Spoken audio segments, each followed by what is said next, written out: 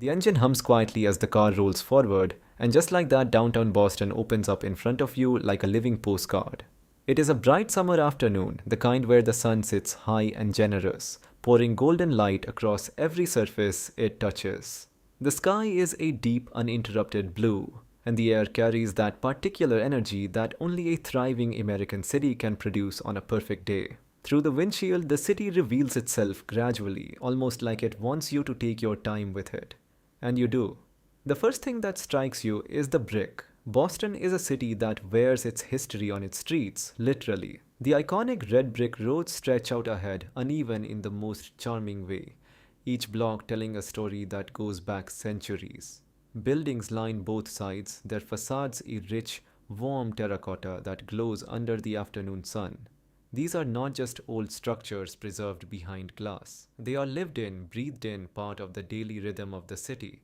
Flower boxes hang from windows, American flags wave lazily from iron brackets, and the sidewalks are alive with people moving in every direction with purpose and ease. As the car moves deeper into the city, the Boston Common appears to the left, and the change in atmosphere is immediate. The dense urban texture softens into wide open green space, one of the oldest public parks in the entire United States. Tall trees create a natural canopy over the pathways below, their leaves catching the light and scattering it in shifting patterns across the grass. Families sit on the lawn, cyclists weave through the paths, and joggers move along the perimeter with the kind of relaxed determination that summer afternoons seem to inspire. The contrast between the green park and the surrounding skyline is striking, a reminder that Boston has always known how to balance the old with the new, the natural with the build.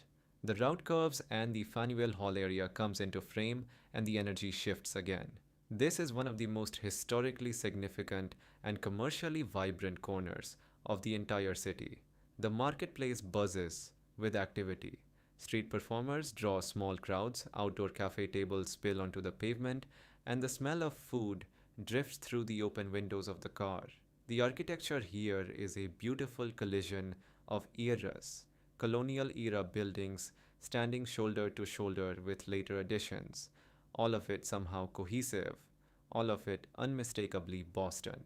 Pedestrians cross freely, cyclists navigate the edges of the road, and the traffic moves in that particular urban rhythm that feels chaotic from the outside but flows surprisingly well once you are inside it. Moving further along, the financial district begins to assert itself.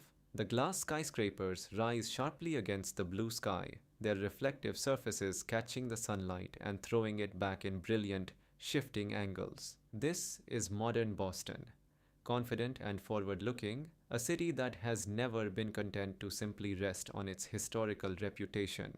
The towers are sleek and tall, their lobbies visible through floor to ceiling glass, and the streets below them are lined with the kind of polished urban infrastructure that signals serious economic activity. And yet, even here, tucked between the towers, you catch glimpses of older brick buildings, stubborn and proud, refusing to be overshadowed. That tension, that conversation between centuries, is what makes Boston unlike any other American city. The car turns onto one of the tree lined avenues that cut through the heart of the downtown area, and the pace of the visual experience slows into something more intimate.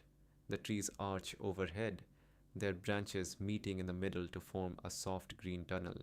Cafes line the street, their outdoor seating filled with people leaning over laptops, sharing meals, or simply watching the city move around them.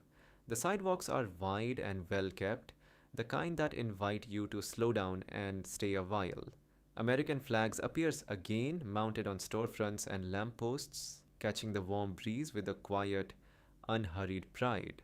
The light here is softer, filtered through the leaves, and the whole scene has the quality of a summer afternoon that you want to hold on to just a little longer. And then, almost without warning, the Charles River appears in the distance.